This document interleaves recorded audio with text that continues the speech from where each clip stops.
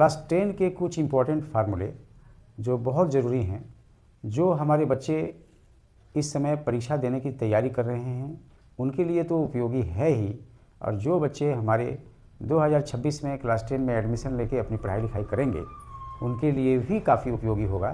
तो हम देखते हैं कुछ फार्मूलों को। नंबर 1, सबसे पहले हम लिखते हैं स्टैटिक्स। सबसे पहले माध्य, हिंदी में माध्य कहते हैं, अंग्रेजी में इसको कहते हैं मीन।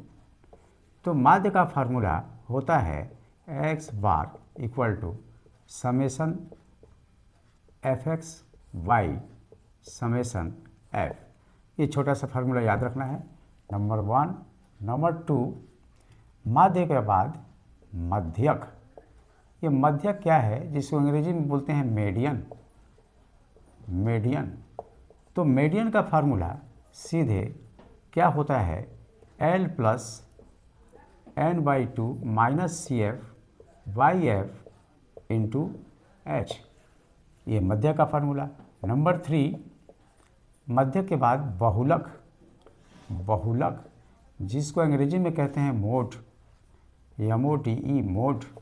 मोड का formula L plus F1 minus F0 by 2F1 minus F0 minus F2 into H two H. Number 4, ogive.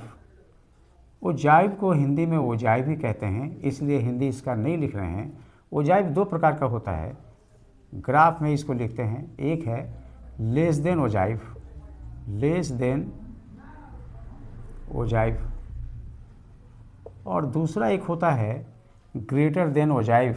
ये ऐसे होगा, इसकी पूंछ चली जाएगी एक्स एक्सिस के तरफ, तो कुछ इस तरह का है, इसको बोलते हैं greater than ogive. Greater than ogive, तो इसको याद रखना है, नंबर 1। नंबर 2, हम आते हैं ट्रिगोनोमेट्री में। ट्रिगोनोमेट्री, ट्रिगोनोमेट्री का फार्मूला जो है, हम क्या करते हैं कि एक समकोणी त्रिभुज लेते हैं। समकोणी त्रिभुज, यहाँ पर लिख दिया थीटा, थीटा एंगल है, तो ये हो जाएगा बेस, ये हो जाएगा परपेंडिकुलर, और दोनों को मिलाने वाली रेखा होती है एच, हाइपोटेनस, नाम दे दिया ABC। अब हम लिखते हैं पहला फार्मूला, साइन थीटा क्या होता है, P/H। कॉस थीटा क्या होता है, V/H। टेन थीटा क्या होता है, इन दोनों को भाग देने से होगा H cancel out, P/B। Sine theta का उल्टा cosec theta, cosec theta equal to P/H बदल जाएगा H/P में। कॉस थीटा का उल्टा सेक थीटा, ये हो जाएगा B/H बदल जाएगा H/B में। और टेन थीटा का उल्टा कॉट थीटा, ये P/B बदल जाएगा B/P में। ये 6 ठो रेशियो बड़ा इंपॉर्टेंट है। अब यहाँ पर क्या होता है कि इन दोनों को यदि इंटू कर दिया जाए, मतलब sine theta into cosec theta, cosec theta, तो इक्वल टू 1 होगा। इसको पास मिलाए, sine theta into cosec theta P/H into H/P, H cancel out, P cancel out, 1 होगा। Similarly cos theta into sec theta, यह भी 1 हो जाएगा। इसी प्रकार टेन थीटा और कॉट थीटा पास पास में रहे, तो इसको हम लिखेंगे 1। यदि साइन थीटा को हम ले लें, साइन थीटा, तो ये हो जाएगा 1/कोसेक थीटा, कोसेक थीटा। यदि हम केवल कॉस थीटा को लें, तो ये हो जाएगा 1/सेक थीटा, सेक थीटा। यदि केवल टेन थीटा को हम लें, तो ये हो जाएगा 1/कॉट थीटा।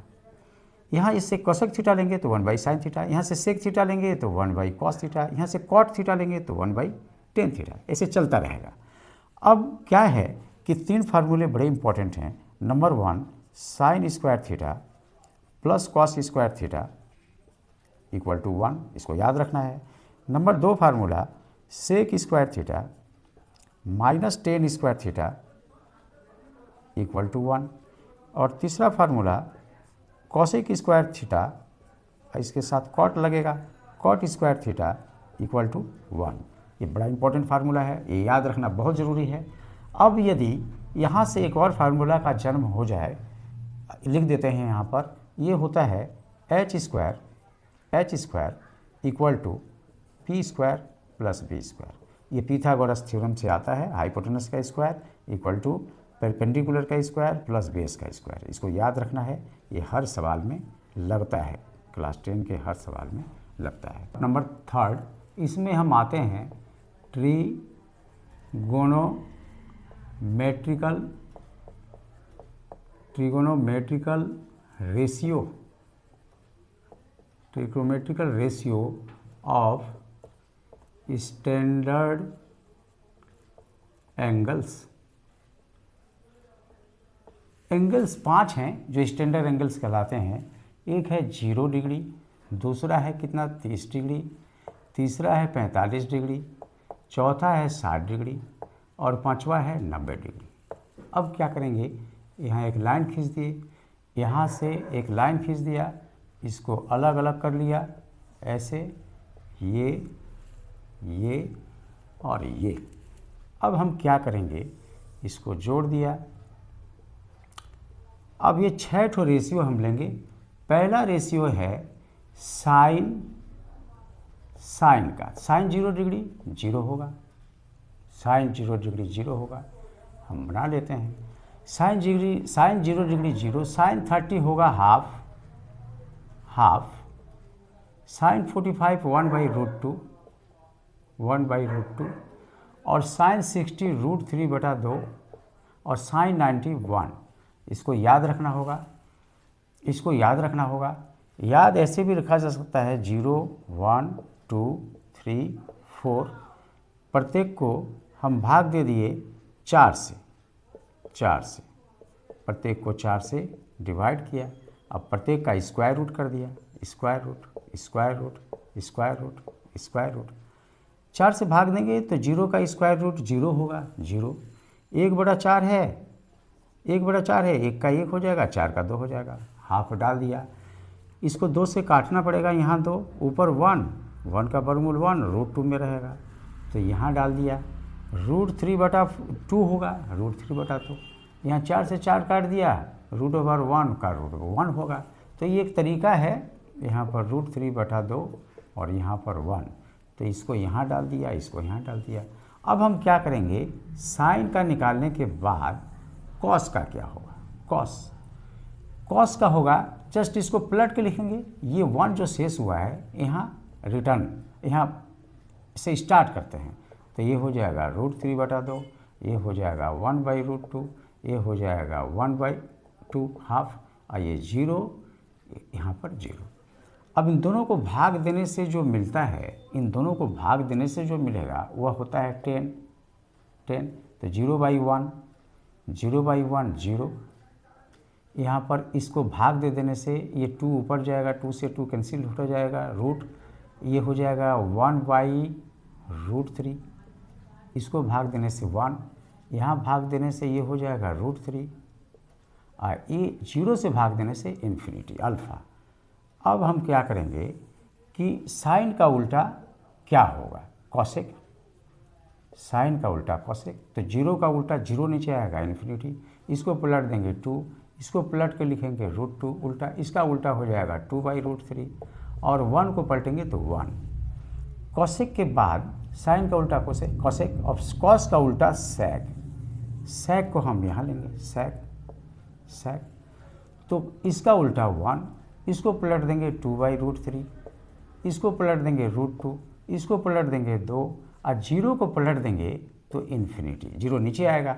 अब 10 का उल्टा कॉट क्या होगा, 0 नीचे आएगा पलटने पर, इन्फिनिटी, ये हो जाएगा √3 ऊपर जाएगा, 1 पलटेगा 1, ये हो जाएगा 1/√3, अल्फ़ा को पलटने से 0। तो ये हमने trigonometrical ratio of some standard angles, some का मतलब 6 कोणों का स्टैंडर्ड एंगल से हमने बताया। अब आगे हम देख रहे हैं नंबर 4 फार्मूला क्लास 10 का, थीटा इक्वल टू L/R। ये सर्किल है, यहाँ पर एक सेंटर पर एंगल बन रहा है थीटा, ये हो गया रेडियस R है, रियल। इससे सवाल बनते हैं, इसको याद रखना है।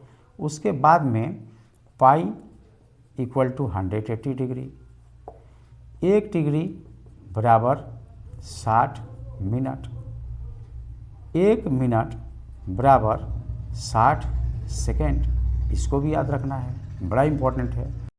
नंबर 5 जो फार्मूला है वह है सिलेंडर, जिसको हिंदी में कहते हैं वेलन। वेलन, तो वेलन का सबसे पहले पार्श्वतल का फार्मूला नंबर 1, वेलन का पार्श्वतल, वेलन का पार्श्वतल, वेलन का पार्श्वतल, पार्श्वतल क्या होता है तो उसका बाहरी क्षेत्रफल, तो बेलन का पार्श्वतल होगा 2 पाई RH, और यहाँ पर स्क्वायर यूनिट, उसके बाद नंबर 2 बेलन का आयतन, बेलन का आयतन, तो बेलन का आयतन होगा पाई R²H, और यहाँ पर क्यूबिक यूनिट मतलब घन इकाई। नंबर 3 बेलन का संपूर्ण तल, बेलन का संपूर्ण तल का फार्मूला लिखना है 2 पाई RH प्लस 2 पाई R², ब्रैकेट में डाल के यहाँ लिख देंगे स्क्वायर यूनिट। केवल क्षेत्रफल में, केवल आयतन में घन इकाई और क्षेत्रफल में वर्ग इकाई का प्रयोग होता है। बेलन के बाद हम आते हैं, वो कोण मतलब शंकु। अच्छा, बेलन देखने में कैसा होता है तो कुछ इस प्रकार का बेलन होता है। ये बेलन है, ये H है, और यहाँ पर R है, ये H है। शंकु कैसा होता है, ये यहाँ से यहाँ तक ये H है, ये R है और ये L है। तो शंकु का सबसे पहले हम लिखते हैं शंकु का पार्श्वतल, जैसे यहाँ शुरू किए हैं शंकु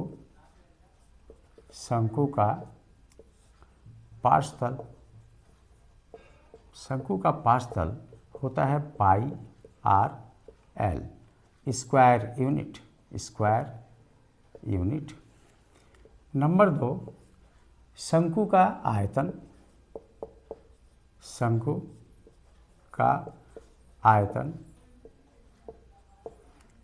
का आयतन होता है आयतन 1/3 1/3 पाई R²H, आयतन में क्यूबिक यूनिट।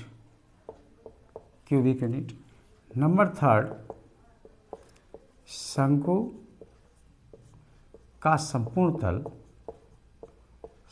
का संपूर्ण तल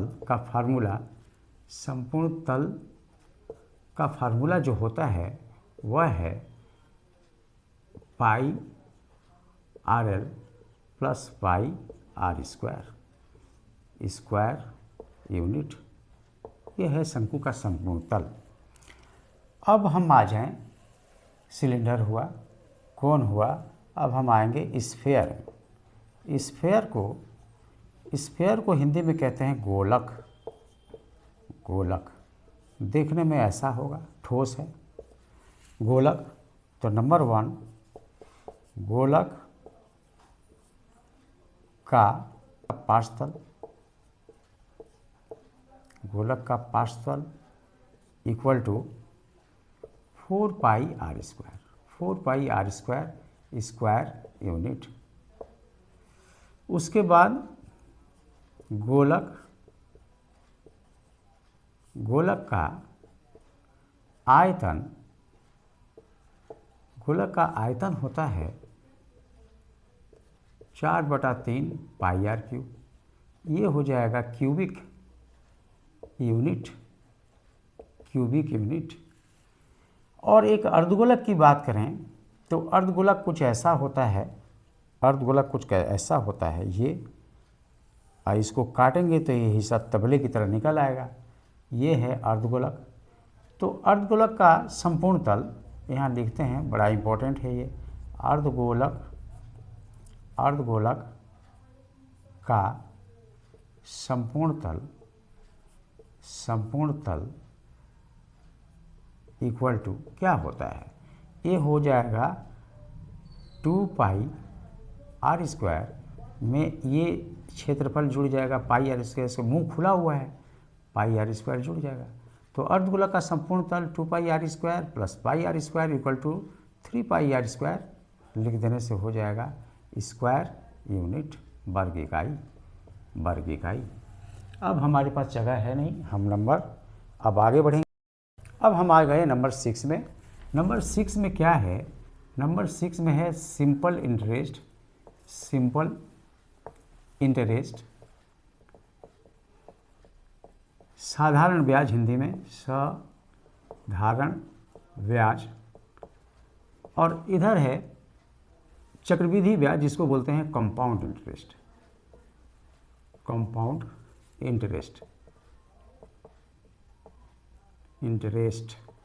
कंपाउंड को बोलते हैं चक्रवृद्धि ब्याज, चक्रवृद्धि ब्याज, ये साधारण ब्याज, चक्रवृद्धि ब्याज। साधारण ब्याज का फार्मूला देखें तो I इक्वल टू PRT/100, जहाँ I ब्याज है interest, P principal, R rate, T time by 100। चक्रवृद्धि ब्याज में क्या करेंगे, लिखेंगे A equal to P 1 plus R/100 और पावर इसका है N। A है समूल चक्रवृद्धि जिसको कहते हैं अमाउंट, P मूलधन प्रिंसिपल, R रेट है और N टाइम है। अब हम क्या करेंगे कि यहाँ पर एक फार्मूला होता है A equal to P plus I, इसको याद रखना है। यहाँ एक फार्मूला होता है CI, कंपाउंड इंटरेस्ट को कहते हैं, ये साधारण ब्याज I, कंपाउंड इंटरेस्ट CI, तो यहाँ पर CI इक्वल टू होता क्या है A माइनस P, ये दोनों ही याद रखना है, ये और ये। अच्छा, अब हम क्या करते हैं कि सिंपल इंटरेस्ट हुआ और कंपाउंड इंटरेस्ट हुआ। अब इसके बाद में यहाँ पर कुछ फार्मूला लिखेंगे, यहाँ पर लिखेंगे छमाही ब्याज होने पर एक फार्मूला होता है A equal to P 1 plus R/2/100 और माथे पर 2n पावर 2n। एक और होता है तिमाही ब्याज होने पर A equal to P 1 plus R/4/100 power हो जाएगा 4n। तो इसको याद रखना है, बहुत इंपॉर्टेंट है। छमाही का ये फार्मूला, तिमाही रहने पर ये फार्मूला। अब हम सीधे चले जाते हैं 7 नंबर। नंबर 7 क्या होगा, एक फार्मूला है कॉम्प एंड डिव का, इसका पूरा नाम है कंपोनेंडो एंड डिवाइडेंडो। क्या करते हैं, मान लिया यहाँ A बटा V है, यहाँ C/D है, तो इसका एक नियम होता है A, ये जो A है न्यूमेरेटर, इसको ऊपर भी रखेंगे नीचे भी रखेंगे, और इसमें क्या करेंगे कि B को प्लस कर देंगे, B को माइनस कर देंगे। इसको याद रखना है, C ऊपर रखेंगे और C नीचे भी रखेंगे, और D को इसमें एक बार प्लस कर देंगे, D को, ये हो कहलाता है कॉम्प एंड डिव का नियम। बड़े बड़े सवालों को इस विधि द्वारा हल करके आसान कर दिया जाता है। नंबर 8 जो फार्मूला है इसको कहते हैं रेक्टेंगुलर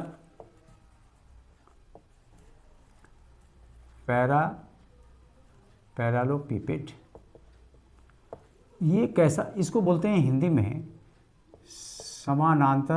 समानांतर षटफलक। ये देखने में कैसा होता है, तो देखने में कुछ ऐसा होता है ईंट की तरह, देखने में ईंट की तरह होता है कुछ ऐसा। यहाँ से इसको जोड़ दिया, यहाँ से इसको जोड़ दिया, इसको जोड़ दिया, इसको जोड़ दिया, ये एल लेंथ, ये ब्रेथ, ये हाइट। तो इसके कुछ फार्मूले होते हैं। नंबर 1 आयतन, इसका आयतन क्या होगा, LBH cubic centimetre unit. Number 2 संपूर्ण तल का इसका फार्मूला होता है 2LV + VH + LH, ये स्क्वायर यूनिट। उसके बाद नंबर 3 इसके ये विकर्ण की लंबाई, विकर्ण ये है इस कोना से ये कोना, विकर्ण की लंबाई क्या होती है, ये होता है √L² + V² + H²। यहाँ पर केवल यूनिट इकाई। अब हम रेक्टेंगुलर पैरेललोपिपेड के बाद में जो चित्र बना रहे हैं इसको हम लोग कहते हैं घन, इसको हम लोग कहते हैं घन। इसका अंग्रेजी नाम है क्यूब। ये कैसा होगा, ये होता है कुछ इस तरह का, ये यहाँ एक वर्ग बनाया, यहाँ एक वर्ग बनाया और इसको मिला दिया। लूडो का पासा घन है, तो ये ए होगा तो इसका साइड भी ए होगा, इसकी ऊंचाई भी ए होगी, सब बराबर होंगे। तो हम क्या करेंगे कि इसका आयतन का फार्मूला होता है A3, length into breadth into height. उसके बाद में संपूर्ण तल, इसके संपूर्ण तल का फार्मूला होता है 6A²। यहाँ पर क्यूबिक यूनिट आयतन है और इसका होगा स्क्वायर यूनिट। इसका विकर्ण क्या होगा, इसके विकर्ण की लंबाई हम लोग लिखेंगे √3 × A, √3 इंटू भुजा, और इसको लिखेंगे यूनिट। तो इसको याद रखना है, रेक्टेंगुलर पैरेललोपिपेड और क्यूब का 3 फार्मूला और ये समानांतर षटफलक का 3 फार्मूला।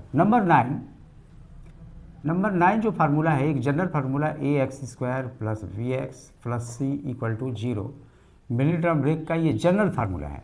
तो यहाँ पर एक फार्मूला होता है जिसका नाम है श्रीधर आचार्य का फार्मूला, श्रीधर आचार्य। ये जो फार्मूला है ये होता है x = -b ± √B² -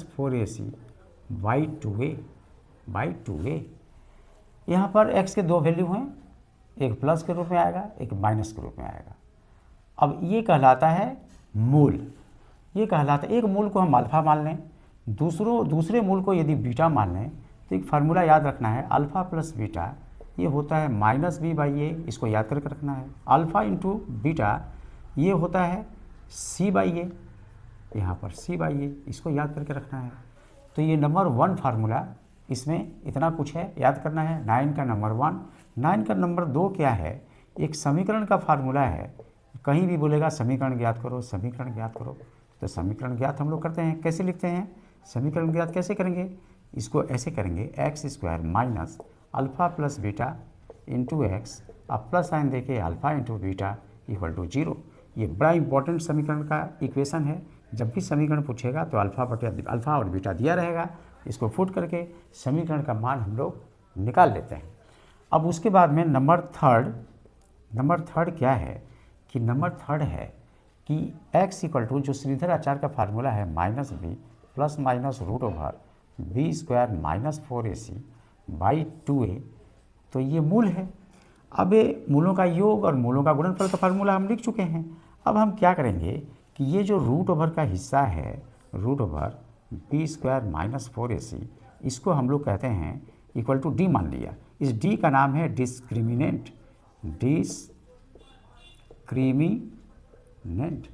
ये कहलाता है डिस्क्रिमिनेंट। इस डिस्क्रिमिनेंट का बड़ा महत्व है। यदि कंडीशंस हैं इसके यदि d = 0 हो जाए तो दोनों मूल समान होंगे, तो दोनों मूल समान, इसको याद रखना चाहिए, तो दोनों मूल समान। नंबर b, d > 0 तो दोनों मूल असमान, तो दोनों मूल असमान, दोनों मूल असमान। नंबर c, d < 0 तो कोई मूल प्राप्त नहीं होगा, कोई मूल प्राप्त नहीं होगा, कोई मूल्य प्राप्त नहीं होगा। तो ये तीनों को याद रखना है।